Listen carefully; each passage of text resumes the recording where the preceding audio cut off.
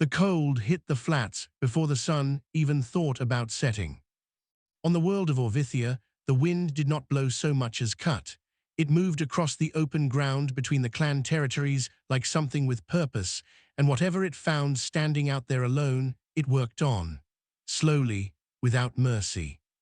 Daniel Cole had been on Orvithia for 14 months. He knew the flats. He crossed them twice a week on the supply run between the human trade outpost and the fuel exchange depot on the eastern ridge. He knew every rock, every frozen mud crack, every place where the ground dipped low enough to hide a broken ankle. He did not usually stop. The run took long enough as it was. But that evening, the shape near the third marker post was wrong. He slowed the hauler and squinted through the scratched windshield. His first thought was debris from the hatching ceremony that the clans had been preparing for a week. He had seen the preparations from a distance, the fire platforms, the banners of clan color, the elders moving in slow procession to the nesting grounds. He had been told, politely and firmly, that human attendance was not welcome. The shape moved. Daniel stopped the hauler. He climbed out without thinking much about it. The wind hit him immediately, and he pulled his collar up and walked toward the marker post. The shape was small, too small to be anything adult, too still to be anything healthy. It was a hatchling. It had come out of its shell recently. The membrane was still dry-crusted on parts of its body. Its scales were pale, almost translucent, like someone had made a dragon out of clouded glass. Its wings were folded wrong, one tucked too tight and one lying flat at an angle that did not look right. It was shaking, not from fear, from cold. Daniel crouched in front of it. The hatchling looked at him with eyes that were too large for its face and did not look away. He reached out one gloved hand and held it close without touching. The hatchling did not move back. It pressed its nose to the glove instead, just barely, like it was checking whether warmth was real. Daniel picked it up. It weighed almost nothing. That was the first thing that hit him, how light it was. He had seen images of Orvithian hatchlings in the orientation briefings. Even newborns were supposed to be dense, heavy with muscle and bone, built for a world with higher gravity than Earth standard. This one felt like it was made of something hollow. He carried it back to the hauler, tucked it inside his jacket against the warmth of his chest, and drove back to the outpost. His colleague Ray was waiting at the supply dock with a datapad and a look that turned from impatient to confused in about 2 seconds flat. "What is that?" Hatchling found it out on the flats near marker 3. Ray stared. "That's from the hatching ceremony." "I know.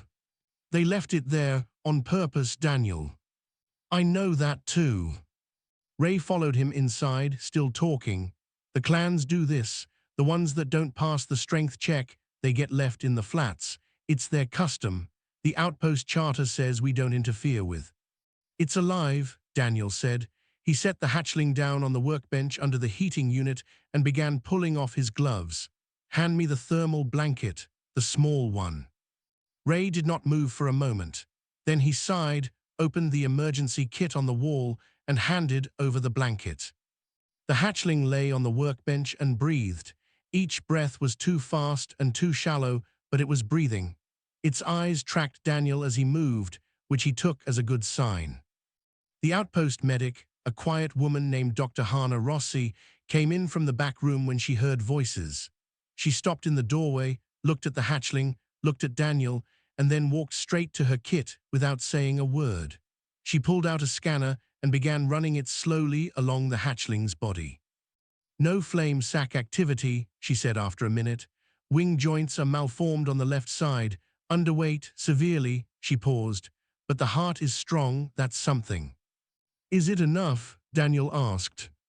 Dr. Rossi looked at the hatchling, which was still watching Daniel with those oversized eyes. "Ask me in a week," she said. Word got out fast, the way it always did on a small outpost. By morning, 3 of the Dragonkin clan workers who helped with the trade runs had heard the story. One of them, a broad-shouldered clan administrator named Orvath, came to the outpost entrance and asked to speak with Daniel directly. Orvath was not angry exactly.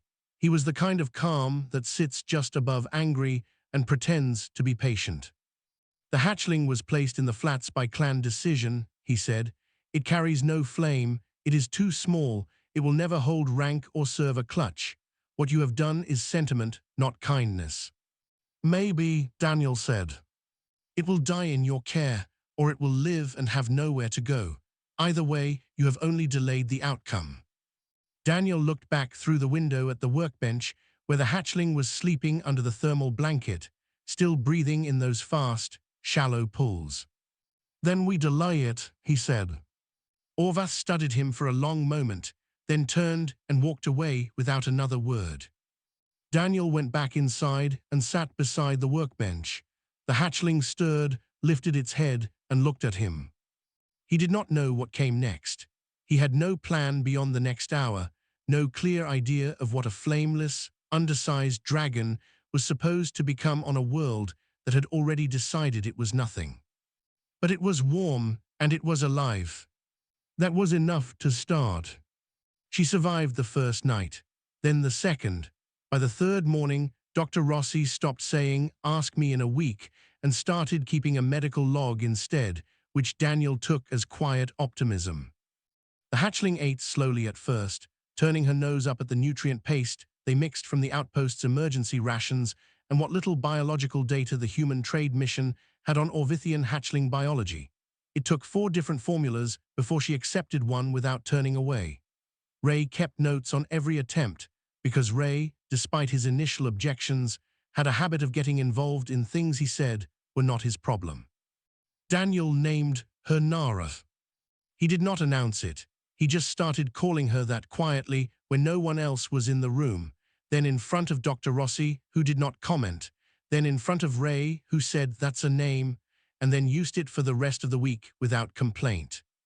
When Orvath heard, he showed up at the outpost entrance again. "You named it," he said, not a question. Daniel said, "And yes." Orvath was quiet for a moment. Naming carries meaning on Orvithia. To name a creature is to claim responsibility for it. "Good," Daniel said. "That's what I meant it to mean." Orvath left again. The visits had a pattern now. He would come, say something that was equal parts warning and observation, and then go. Daniel had started to think of it less as interference and more as a kind of reluctant attention. Nara grew, not fast, not like the hatchlings Daniel had seen at the edge of the clan grounds, already thickening with muscle and starting to test their flames in short bursts. She grew the way something grows when it has to fight for every centimeter, quietly and stubbornly, as if the world's opinion of her was not relevant information. Her left wing remained the problem. The joint had set wrong during her time in the cold, and even with Dr. Rossi's work, it would never fold and extend the way a healthy wing should. Nara figured this out before any of the humans said it out loud. One morning, Daniel found her in the equipment bay, standing in front of the long mirror they used for checking suit seals, opening and closing her wings over and over, watching herself. She was not distressed. She was studying. He stood in the doorway and watched her work it out. The right wing snapped open clean and full. The left opened about 2/3, the outer edge curling slightly where it should have been straight. She tried it again. Same result. She sat down, looked at her reflection, and then looked at the door where Daniel was standing, as if she had known he was there the whole time. He walked over and sat on the floor beside her. They both looked at the mirror together. "We'll figure it out," he said. She made a low sound, not quite a rumble, not quite a hiss. Somewhere in between, like a question mark with teeth. Life at the outpost settled into something that felt almost normal, which was a strange thing to say about a human raising a dragon on an alien world. Nara had a corner of the equipment bay that became hers, a padded area near the heating vent, with enough room to stretch out. She learned quickly. Doors, she understood after 2 days. Tools, she was curious about. Always sniffing at whatever Daniel was working on. Human voices, she sorted out the moods behind them faster than Daniel expected, flinching at raised voices during a supply dispute before anyone realized they were getting loud. The clankin workers who passed through the outpost had mixed reactions. Some ignored her with deliberate care, the kind of ignoring that takes real effort. Some watched her sideways when they thought no one noticed. A young courier named Ferris, barely out of his own first year by dragonkin reckoning, stopped one afternoon and crouched near her the way you do with something you are not sure will bite. Nara sniffed his hand and then very deliberately looked away, which made Ferris laugh, a short, surprised sound, before he caught himself and went back to being professional. Daniel noticed, small things but real ones. The problem came at the end of the second month. A clan delegation passed through the outpost on trade business, and one of the senior members, a scarred elder named Grath, saw Nara in the equipment bay. He stopped, stared, then turned to Orvath, who was escorting the delegation, and said something in the clan tongue that Daniel's translator rendered as, "The humans keep the dead thing alive as a curiosity. This is what they are." Nara had heard it. Her head was down, but her eyes were open and tracking. Daniel crouched beside her after the delegation left. She was still, but the stillness had weight to it. "He's wrong," Daniel said simply. She looked at him, those large eyes, always too serious for how young she was. "You're not a curiosity," he said. "You're the one they didn't count on. That's different." She did not understand the words yet, not fully, but she understood the tone. She pressed the side of her head against Daniel's shoulder, gently, carefully, the way she did everything, and stayed there for a while. Ray appeared in the doorway, took in the scene, and quietly went back to what he was doing without a word. Outside, Orvithia's sun was setting orange over the flats. Inside, something small and overlooked was deciding, in whatever way a young creature decides things, that it was not finished yet. 6 months after Daniel pulled Nara out of the cold, she was still the smallest dragon on Orvithia by a margin wide enough to be embarrassing, at least by clan standards. The hatchlings from her season had grown considerably. Daniel saw them sometimes from the hauler window on his supply runs, young dragons stretching their wings over the clan grounds, testing their flame in short, bright arcs that lit the early morning fog. They were already beginning to look like something powerful. Nara, by comparison, still looked like a draft. She was faster than any of them. Daniel had noticed that much. She moved around the outpost with a quickness that was almost startling, low and fluid, using corners and angles the way the bigger hatchlings never had to learn because they solved most problems with size. She was always thinking 2 steps ahead. He had started leaving simple puzzles in her space, latched boxes, linked rings, a container with a hidden opening, and she solved them faster each time, with the particular focus of a creature that had learned early that clever was more reliable than strong. But none of that mattered to the world outside the outpost fence. The scavenger clan appeared on a quiet afternoon when most of the outpost staff were running internal maintenance. Daniel heard the alert drone first, a short warning pulse from the perimeter sensor, and came out of the workshop to find 3 adult dragons standing at the outer edge of the outpost grounds. They had not come through the formal entrance. They were simply there, the way large predators appear, without announcement and with absolute confidence in their right to be present.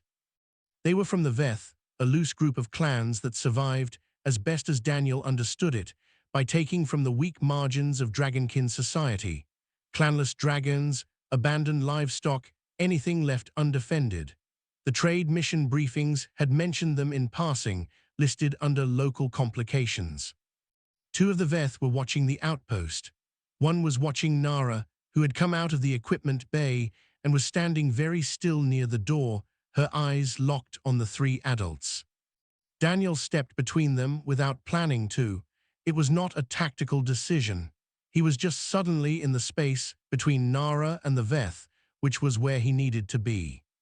The largest of the 3 looked down at him, with the kind of interest that large predators give small things that do something unexpected. "The clanless hatchling," it said through the translator. "It belongs to no clutch. It carries no rank. It is open ground."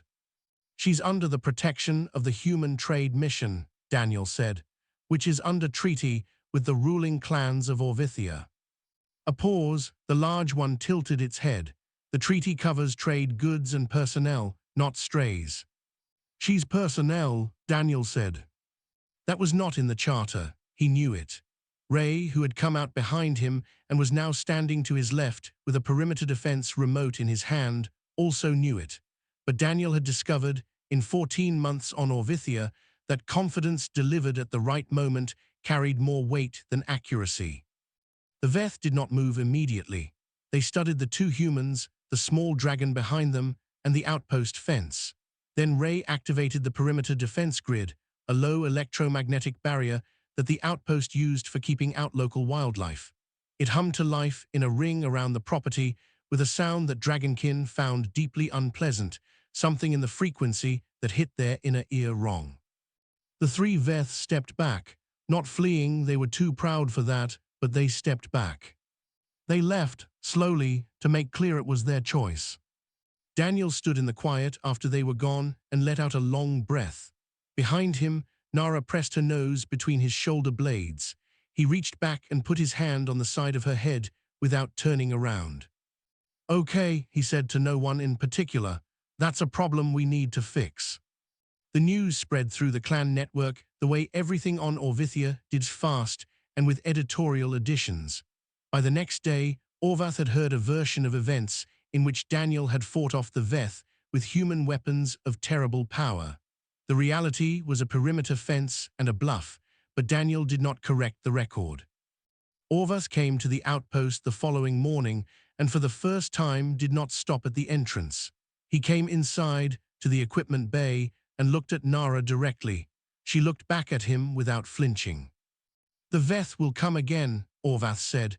"The perimeter grid will not always be enough." "I know," Daniel said. "The ruling clans will not intervene. She carries no rank. Officially, she does not exist in the hierarchy." "I know that too."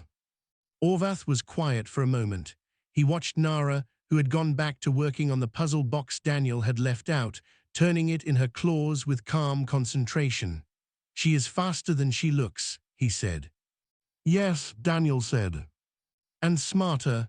It was not quite praise. It was the tone of someone revising a calculation. "Also, yes." Orvath left without issuing any warnings that time.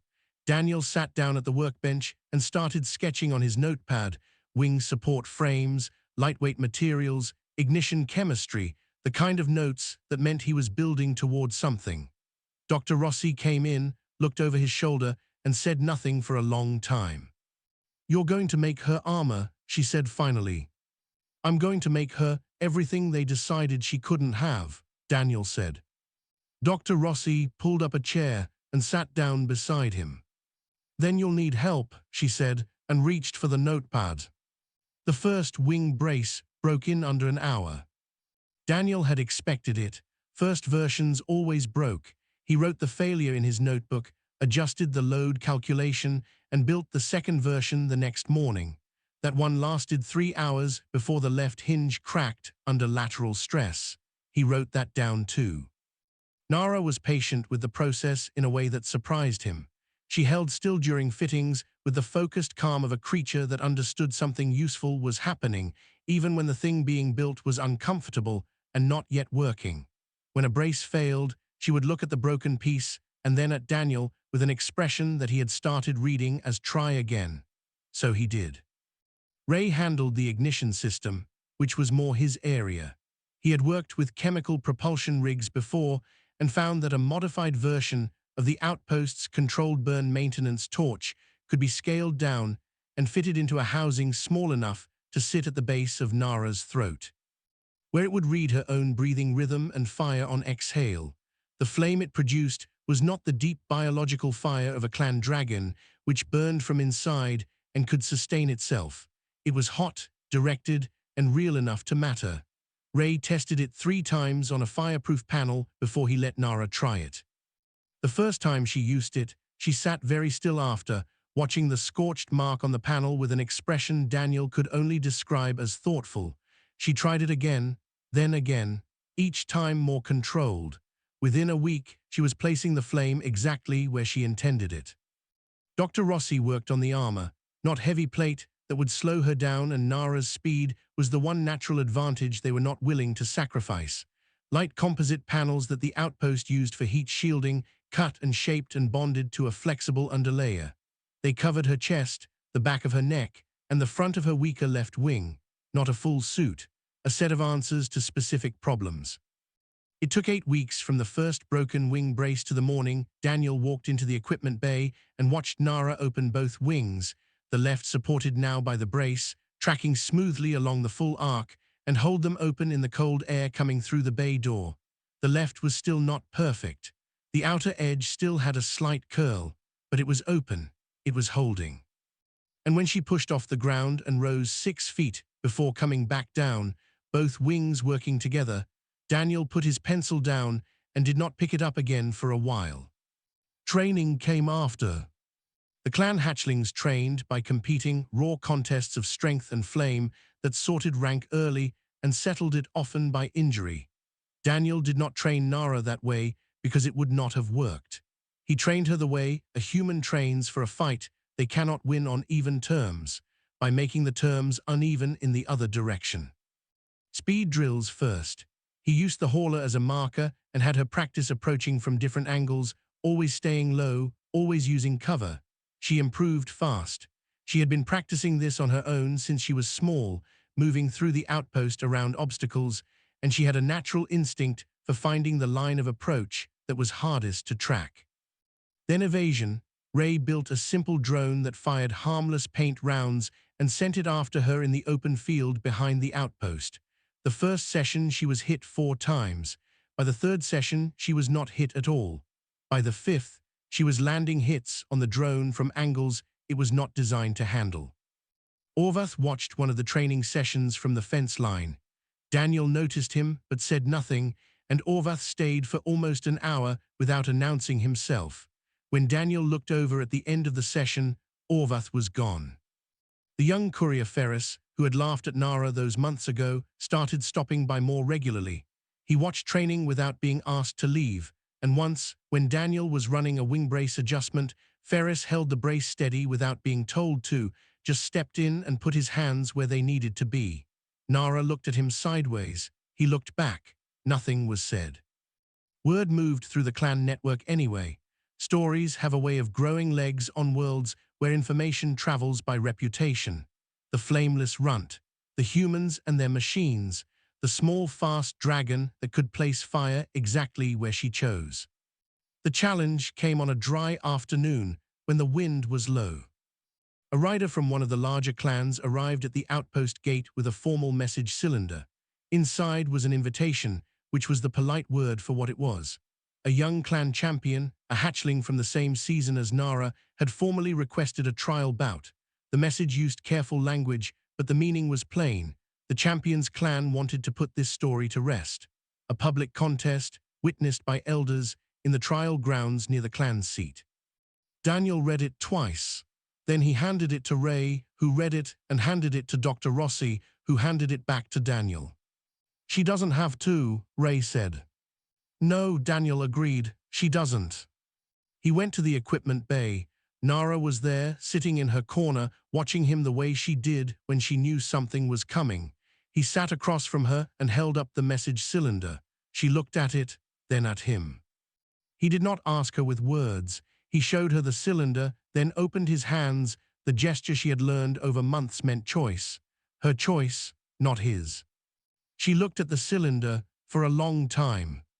Then she stood up, stretched both wings to full span, and walked to the door of the equipment bay, waiting. Daniel picked up his notebook and followed her out. The trial ground sat at the base of the clan seat, a wide ring of packed stone bordered by carved rock walls that the clans had used for challenge bouts for longer than the human trade mission had known Orvithia existed. The walls were marked with old clan sigils.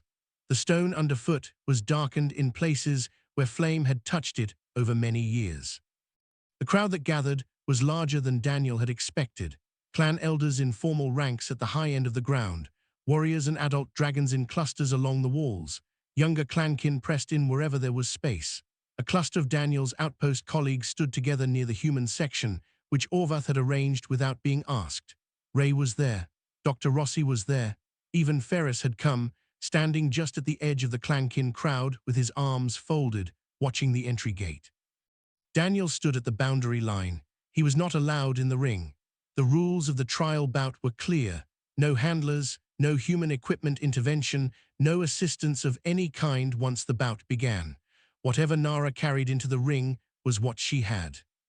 She was wearing the full kit, wing brace on the left, composite armor across the chest and neck. The ignition unit fitted at her throat, checked 3 times that morning. She looked smaller than she was, standing in the entry arch across the ring from where the champion waited. The champion was everything expected, broad, flame-bright, with wings that could create a wind shock when they opened. The crowd noise when it entered had been immediate and certain. When Nara entered, there was a pause, then laughter. Quiet laughter, then louder, rippling through the crowd as the size difference registered fully. An elder near the high wall made a comment. Daniel's translator caught the tale of humans and their sentiment. Nara did not react. She walked to the center of the ring at her own pace, sat, and waited. The champion's first move was a full-throat flame burst, a show of strength before anything else, meant to establish the terms.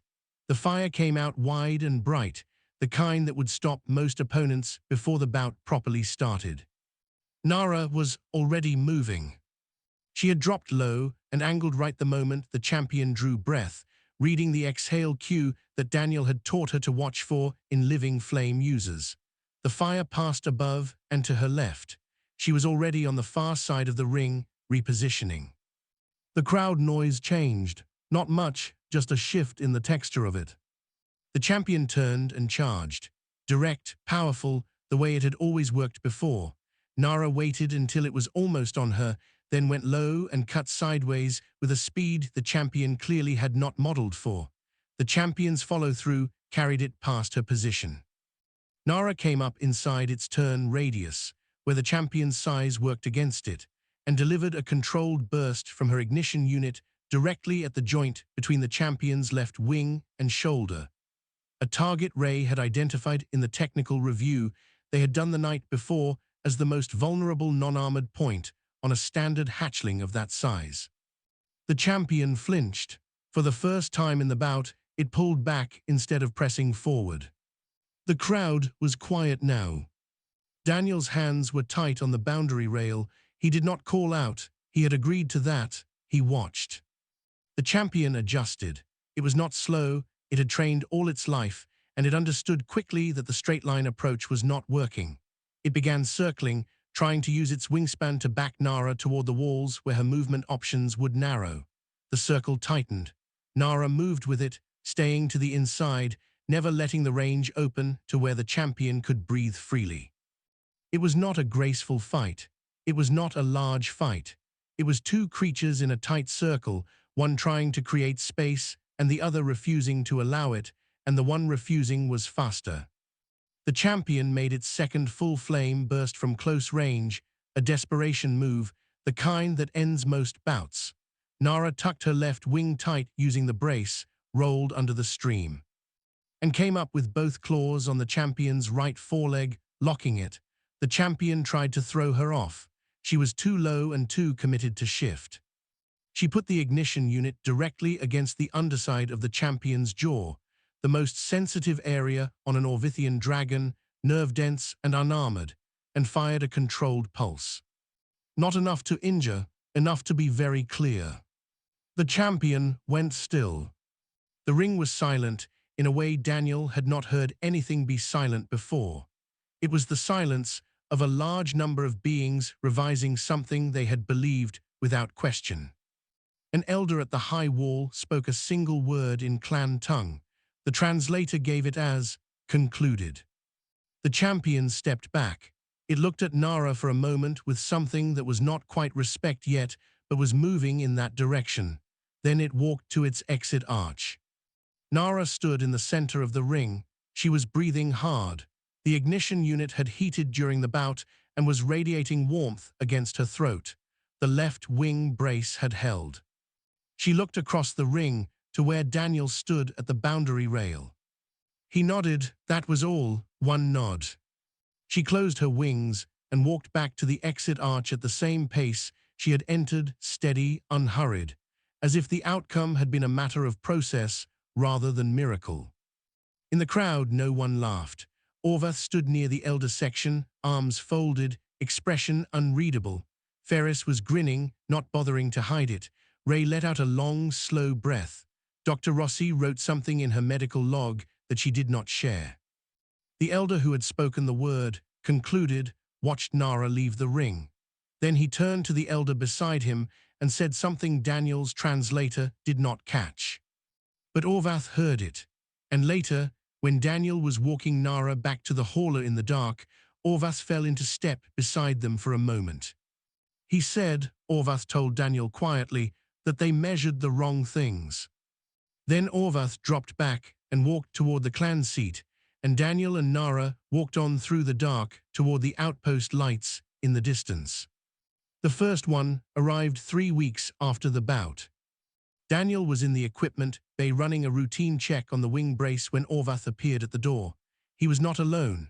Behind him stood a dragonkin Daniel did not recognize, female, young, nervous in the way that wide-eyed creatures are when they have traveled a long way and are not sure of the welcome. She was carrying a hatchling against her chest. Small, pale, eyes too large for its face.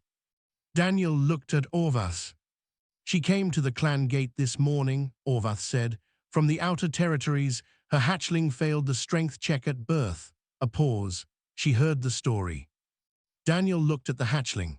The hatchling looked back at him with the same wide, serious expression Nara had given him on a cold flat over a year ago. He stepped aside and opened the door wider.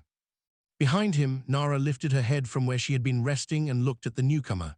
The mother dragon tensed, instinct or fear of rejection, one of those two. Nara rose, walked slowly across the bay, and touched her nose gently to the top of the hatchling's head. Then she went back to her corner and lay down again. The mother dragon breathed out slowly. Something in her posture changed. Daniel looked at Orvath. We're going to need more space, he said. Yes, Orvath said. I thought you might say that. That was the first one. There were more. Not many, the clans still held their customs, and most hatchlings that failed the strength check never had a mother willing to challenge the tradition by seeking other options. But enough. Over the following months, 7 more hatchlings came through the outpost.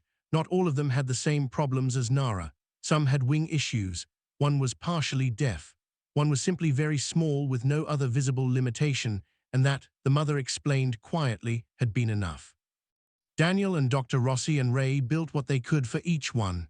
Not the same kit. Each hatchling had different needs, different bodies, different problems to solve. It was slow work and imperfect work, and some of it failed and had to be rebuilt. But they built. Nara became something in that period that Daniel did not have a word for at first. Not a trainer exactly, because she communicated through action rather than instruction. She showed the younger ones how to move, how to use angles, how to read a situation, how to be low and quick and hard to predict. She showed them without asking anything in return, with the patience of a creature that knew what it meant to figure out your own body with no guide at all. Orvath brought an elder to the outpost one afternoon, not the same elder who had spoken at the trial ground, but a senior figure from the inner circle of the ruling clan, a dragon whose scales had gone grey at the edges with age and whose eyes held the weight of too many decisions made over too many years. He walked through the outpost without speaking, watching everything. He watched Dr. Rossi working with a hatchling. He watched Ray calibrating an ignition housing. He watched Daniel sitting on the floor of the equipment bay, with 2 of the young ones climbing across him, while Nara supervised from 3 feet away, with an expression of tolerant authority. The elder stood at the door for a long time. When he finally spoke, it was to Orvath in clan tongue. Orvath translated quietly for Daniel later. He said the humans do not strengthen weak dragons, they change what strength means. Daniel sat with that for a long time after Orvath told him. Weeks passed. The elder's visit led to a formal proposal from the ruling clan, delivered through Orvath in proper diplomatic language, a request to establish a joint program between the Human Trade Mission and the clan network for the assessment and support of hatchlings who fell outside the traditional strength standards. The document used careful words. It did not say that the tradition was wrong. It said that the tradition was incomplete. Daniel signed it. The mission director, after reading it twice and calling Earth for a 20-minute consultation, countersigned it. Ray made a noise that was probably a cheer, muffled behind his fist. The day the formal papers went through, Daniel was in the equipment bay as the sun went down over Orvithia. The sky turned the color it always did at that hour, deep orange, fading toward a bruised purple at the edges, the kind of sky that looked painted. The outpost had its lights on. The equipment bay was warm. Nara was sitting in the bay door, looking out at the flats, the same flats where she had been left to die over a year ago. She sat there sometimes in the evenings, and Daniel had learned not to read anything dark into it. She was not mourning the place. She was just looking at it the way you look at something that tried to finish you and did not manage it. He sat beside her in the door. The young hatchlings were settled in the back of the bay, a pile of small pale bodies breathing slow in sleep. Dr. Rossi had gone back to her room. Ray was in the kitchen making something. The flats were very flat and very empty in the fading light. "You know," Daniel said quietly, not to himself exactly, because she always listened, "I didn't pick you up because I had a plan. I just didn't want to leave you there." Nara looked at the flats, then at him, then back at the flats. She made the low sound she had been making since she was small, the one between a rumble and a question, the one he had never fully translated and had stopped trying to. It meant something. It had always meant something. He just let it be what it was. The lights of the outpost held against the dark. The flats were cold and empty and far, and none of that mattered from where they were sitting. They stayed in the doorway together until the sky went fully dark and the stars came out, and Orvithia began another night, a little different from the one before it, as most things are, when something that was not supposed to survive decides it will.